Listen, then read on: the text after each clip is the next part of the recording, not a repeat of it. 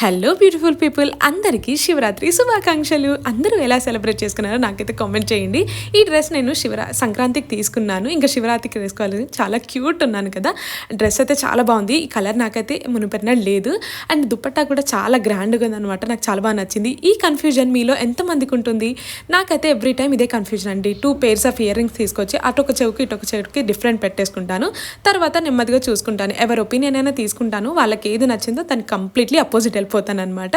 ఇంకా నేనైతే ఇక్కడ రెడీ అయిపోయాను. ఇంకా లైట్గా మేకప్ వేసుకున్నాను, అంటే జస్ట్ జెల్ పెట్టేసుకున్నాను. దాని తర్వాత విటమిన్ సి సీరం పెట్టాను అనమాట. లైట్గా లిప్ బామ్ వేసాను అంతే.